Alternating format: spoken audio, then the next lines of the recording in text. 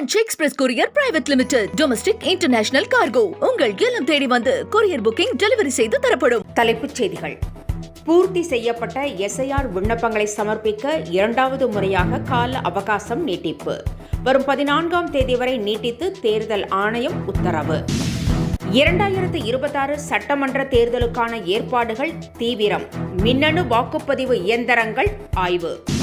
தமிழ் சமுதாயத்துக்கு புதிநெறி காட்டிய புலவர் பாரதியின் புகழை 8 திக்கும் கொண்டு சேர்ப்போம். பாரதியின் பெயரால் தமிழகத்தில் நடைபெறும் திட்டங்களை குறிப்பிட்டு முதலமைச்சர் பெருமிதம். EPS உடன் நயினார் நாகேந்திரன் திடீர் சந்திப்பு.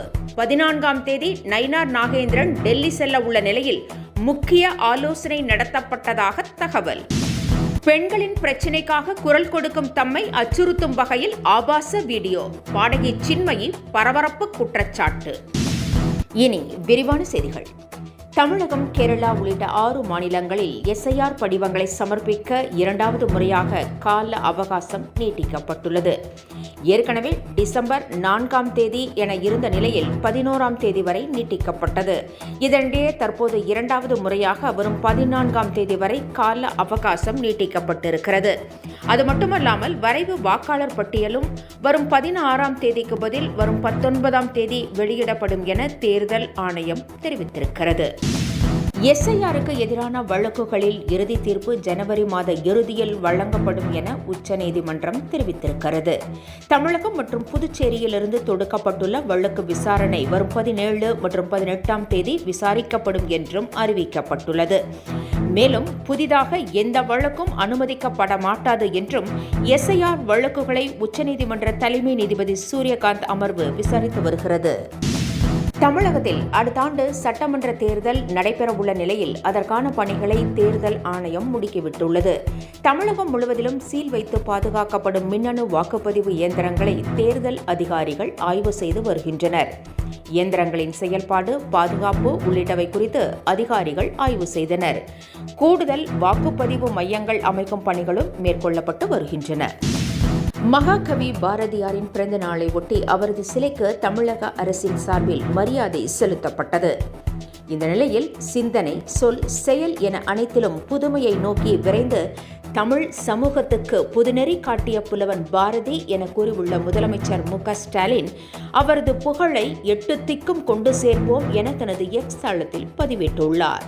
மேலும் பாரதியின் பெயரால் தமிழகத்தில் நடைபெற்று வரும் திட்டங்கள் குறித்தும் அவர் பெருமிதம் தெரிவித்திருக்கிறார்.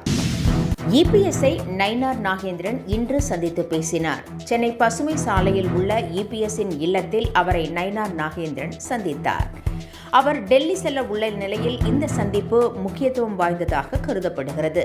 அது மட்டுமல்லாமல் அதிமுக பொதுக்குழு கூட்டத்தில் கூட்டணி விவகாரம் குறித்து முடிவெடுக்க EPSக்கு முழு அதிகாரம் வழங்கப்பட்ட நிலையில் அது பாஜகவின் கவனத்தை ஈர்த்ததாக சொல்லப்பட்டது. இதனிடையே நயினார் நாகேந்திரன் EPSஐ இன்று சந்தித்து பேசியுள்ளார். திருப்பரங்குன்றம் விவகாரத்தில் தேவையில்லாமல் திமுக அரசுதான் பிரச்சனையை எழுப்பியதாக தவேக நிர்வாகி நிர்மல்குமார் தெரிவித்திருக்கிறார். திருப்பரங்குன்றத்தில் கார்த்திகை தீபம் ஏற்றுவது தொடர்பாக சர்ச்சை வெடித்துள்ள நிலையில் இது தொடர்பாக உச்சநீதிமன்றத்தில் வழக்கு நடைபெற்று வருகிறது. ஆனால் இப்பிரச்சினை குறித்து இதுவரை வாய் திறக்காமல் இருந்த தவேக தற்போது கருத்து தெரிவித்திருக்கிறது. பிரச்சினைக்கு திமுக தான் காரணம் என கூறியுள்ள நிர்மல்குமார் நீதிமன்றத்திலும் தவறான வாதங்களை திமுக அரசு எடுத்து வைத்ததாக விமர்சித்திருக்கிறார். பெண்களின் உரிமைக்காக குரல் கொடுக்கும் தன்னை சிலர் தவறாக சித்தரிப்பதாக பாடகி சின்மயி கூறியிருக்கிறார். இது குறித்து உரிய நடவடிக்கை எடுக்க வேண்டும் என்றும் அவர் வலியுறுத்தியுள்ளார். சிலர் காசு கொடுத்து நமது குடும்பங்களை பற்றி இப்படி சித்தரிக்க வைக்கிறார்கள் என்றும் இந்த மாதிரி நபர்களிடம் பெண்கள் எச்சரிக்கையாக இருக்க வேண்டும் என்றும் சின்மயி கேட்டுக்கொண்டுள்ளார். Branch express courier private limited. Domestic international cargo. உங்கள் இல்லம் தேடி வந்து கொரியர் புக்கிங் டெலிவரி செய்து தரப்படும். என்றும் உங்களுடன் மை இந்தியா. முக்கிய செய்திகளை உடனுக்குடன் தெரிந்து கொள்ள சப்ஸ்கிரைப் பண்ணுங்க, பெல் பட்டனை பிரஸ் பண்ணுங்க. என்றும் உங்களுடன் மை இந்தியா.